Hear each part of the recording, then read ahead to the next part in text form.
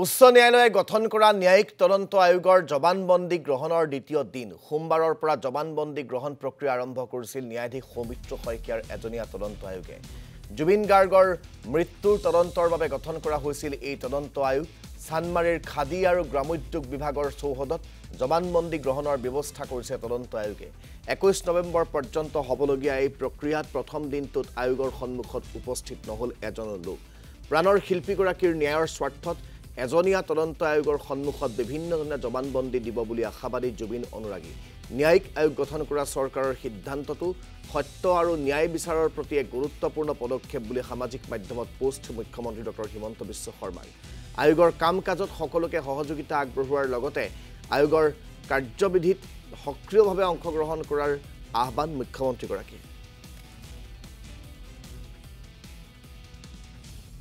আৰু কালি জবানবন্দী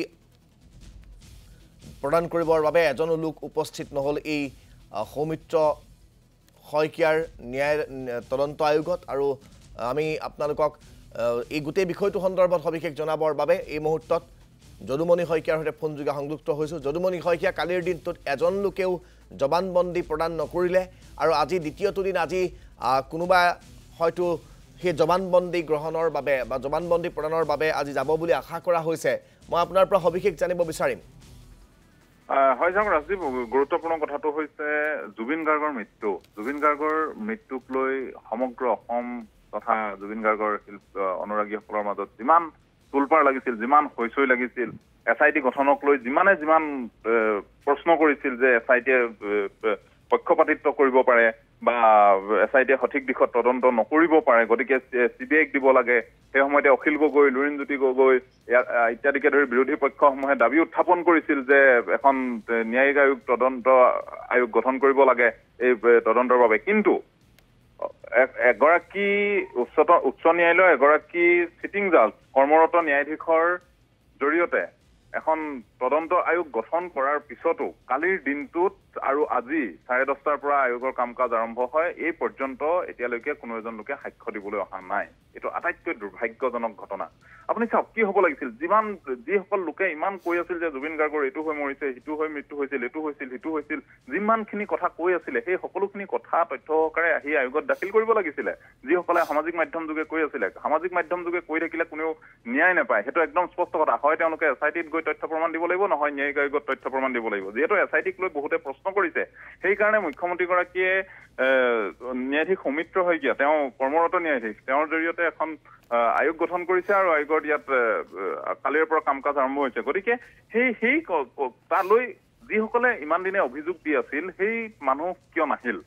আজি পৰ্যন্ত অহা নাই আৰু এই ন্যায়িক আয়োগৰ সময়খিনিও বহুত বেছি দীঘলীয়া নহয় কালিৰ পৰা আৰম্ভ হৈছে 21 তাৰিখলৈকে থাকিব বোলে এমাহ দুমাহ এনেদৰে থাকিব তেনেকুৱা কোনো কথা নাই 3 মাহ থাকিব তেনেকুৱা কোনো কথা নাই মাত্ৰ 18টা দিনৰ কাৰণে এই আয়োগখন আছে আৰু গোটেই তথ্যখিনি তেওঁলোকে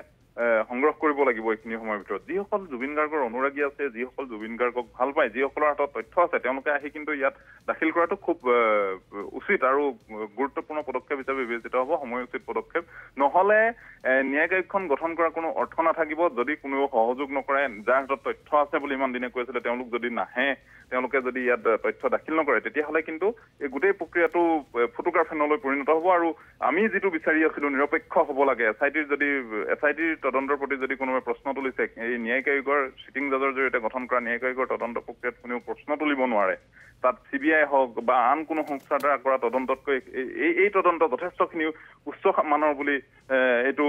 প্ৰতিয়ন যোৱা গৈছে গতিকে এনে ক্ষেত্ৰত যদি ন্যায়িক আয়োগক সহযোগ কৰিবলৈ কোনো নাহে সেইটোৰ সমান দুৰ্ভাগ্য একো কথা নাই জুবিন গাৰ্গৰ দৰে এজন শিল্পীৰ মৃত্যুৰ পিছত যিসকল লোকে কৈ আছিলে এইটো কাৰণত জুবিন গাৰ্গৰ মৃত্যু হৈছে এইখিনি তথ্য আছে সেইসকল লোক অন্ততঃ আজি আহি ইয়াত তথ্যখিনি তেওঁলোকে দাখিল কৰিব লাগিছিলে বা তেওঁলোকে শপতনামা যোগে তেওঁলোকৰ ক'বলগীয়াখিনি ক'ব লাগিছিলে কিন্তু এই পৰ্যন্ত কালিৰ দিনটো গ'ল আজি এই 12 বাজি গ'ল আৰু কিছু সময়ৰ পিছতে 3:30 বজালৈকে থাকিব 4 বজালৈকে থাকিব এতিয়ালৈকে কিন্তু কোনো লোক ইয়াত উপস্থিত নোহোৱাটো আচলতে কি শব্দ ব্যৱহাৰ কৰিম এই গোটেই প্ৰক্ৰিয়াটোত আমি ধৰিব পৰা নাই যদুমণি মই আপোনাৰ পৰা জানিব বিচাৰিম মুখ্যমন্ত্ৰীগৰাকীয়ে আহ্বান জনাইছে যে যিসকল লোকে জবানবন্দী প্ৰদান কৰিব বিচাৰে তেওঁলোক যাব লাগে জবানবন্দী দিব লাগে এতিয়া কথাটো হৈছে যদি 4 বজালৈকে কোনো এগৰাকী ব্যক্তি যদি জবানবন্দী নিদিয়ে তাৰ পিছত সেই আয়োগৰ সেই জবানবন্দী গ্ৰহণৰ সময়সীমাৰ অন্ত পৰিব তাৰ পিছত গোটেই তদন্ত প্ৰক্ৰিয়াটো কি হ'ব গোটেই তদন্ত প্ৰক্ৰিয়াটো বুমেৰাং হৈ পৰিব নেকি এই কথা বতৰাবোৰ কিন্তু ৰাইজৰ মনত সৃষ্টি হৈছে কাৰণ সকলো ৰাইজেতো হল বুলিয়ে জবানবন্দী দিব নোৱাৰে যোনে যোনে পাৰে তেওঁলোকে নাই যোৱা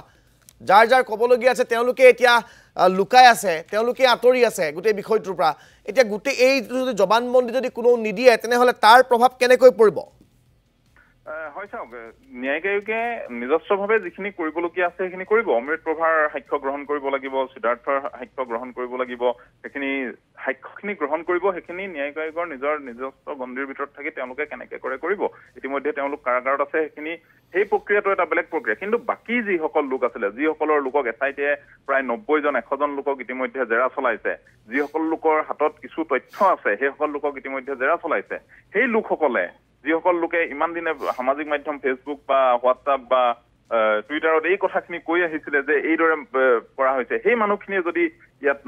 ইয়ালৈ নাহে তেতিয়া কিন্তু এই গোটেই প্ৰক্ৰিয়াটো ধুবাং বাং হৈ পৰিব অকল এছআইটিয়ে যিখিনি লোকক যিকেইজন লোকক গ্ৰেপ্তাৰ কৰিছে সেইকেইজন লোকৰ পৰা যদি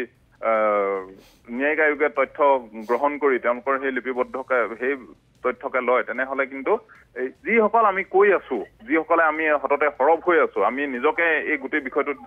অন্তৰ্ভুক্ত কৰি লৈছো আমাকো অন্তৰ্ভুক্ত কৰি লৈছো সামাজিক মাধ্যম যোগে যিখিনি লোকে কৈ আছে বা আমি কৈ আছো সেই লোকসকলে যদি নকৰে তেতিয়াহ'লে কিন্তু বহুত কথা থাকি যাব বুলি আমাৰ অনুভৱ হয় কাৰণ সামাজিক মাধ্যমত যদি ক'ব পাৰিছে তেওঁলোকে আয়োগৰ আগত আহি কিয় নকয় যিখিনি তথ্য আছে বুলি কৈছে তেওঁলোকৰ হাতত সেই তথ্যখিনি আয়োগৰ আগত কিয় নিদিয়ে সেইটো কিন্তু ডাঙৰ প্ৰশ্ন ৰাজদীপ ধন্যবাদ জ্ঞাপন কৰিছো আপোনাক সবিশেষ জনোৱাৰ বাবে যদুমণি শইকীয়া